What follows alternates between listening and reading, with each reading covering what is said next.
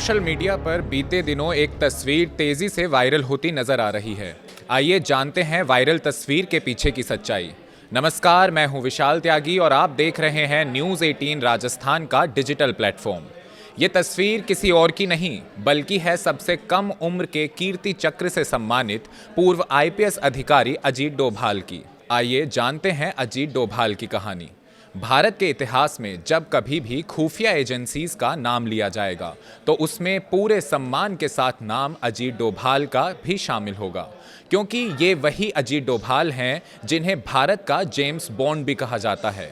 आतंकवाद, undercover operation और दुश्मन के बीच घुसकर मिशन पूरा करना मानो इनके लिए बाएं हाथ का काम हो।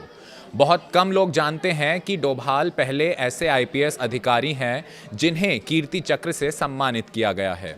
यह सम्मान आमतौर पर सेना के जवानों को दिया जाता है, लेकिन डोभाल ने अपनी बहादुरी से वो इतिहास बदल दिया।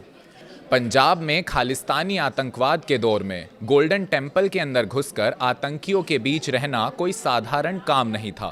उस दौर में हर कदम मौत के साए में उठता था, लेकिन डोभाल ने वो कर दिखाया जिसे सुनकर आज भी लोग हैरान रह जाते हैं। हमेशा देश को सबसे ऊपर रखने वाले 1968 बैच के केरल कैडर के आईपीएस अधिकारी अजीत डोभाल ने जीवन का एक बड़ा हिस्सा इंटेलिजेंस ब्यूरो में बिताया। गोल्डन टेम्पल ऑपरेशन ने बना दिया था अजीत डोभाल को लेजेंड। 1988 में पंजाब में खालिस्तानी आतंकवाद चरम पर था। गोल्डन टेम्पल के अंदर आतंकियों ने अपना मजबूत ठिकाना बना लिया था। इसी दौरान अजीत डोभाल एक पाकिस्तानी एजेंट बनकर मंदिर परिसर में दाखिल हुए।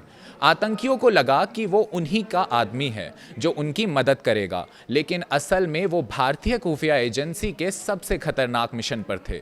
यही ऑपरेशन बाद में ऑपरेशन ब्लैक थंडर की सफलता की बड़ी वजह बना।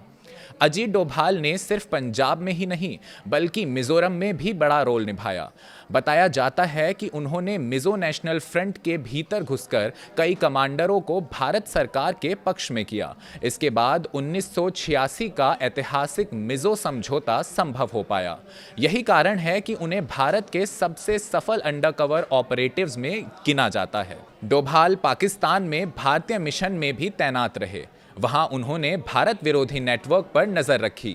उनकी पहचान ऐसे अधिकारी की रही जो दुश्मन के इलाके में जाकर भी मिशन पूरा करने की क्षमता रखते थे। कई रक्षा विशेषज्ञ मानते हैं कि उनकी रणनीति और नेटवर्किंग क्षमता ने भारत की सुरक्षा नीति को नई दिशा दी है। अजीत डोभाल वर्तमान में भारत के सबसे प्रभावशाली सुरक्षा रणनीतिकारों में से गिने जाते हैं। राष्ट्रीय सुरक्षा सलाहकार यानी एनएसए के रूप में उन्होंने कई बड़े फैसलों को भी अहम भूमिका निभाई है। सर्जिकल स्ट्राइक से लेकर आतंकवाद विरोधी गतिविधियों तक उनका नाम हमेशा चर्चा में रहा है।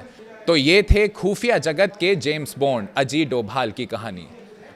ऐसी ही तमाम जानकारियों के लिए देखते रहिए न्यूज़ 18 राजस्थान का डिजिटल प्लेटफॉर्म।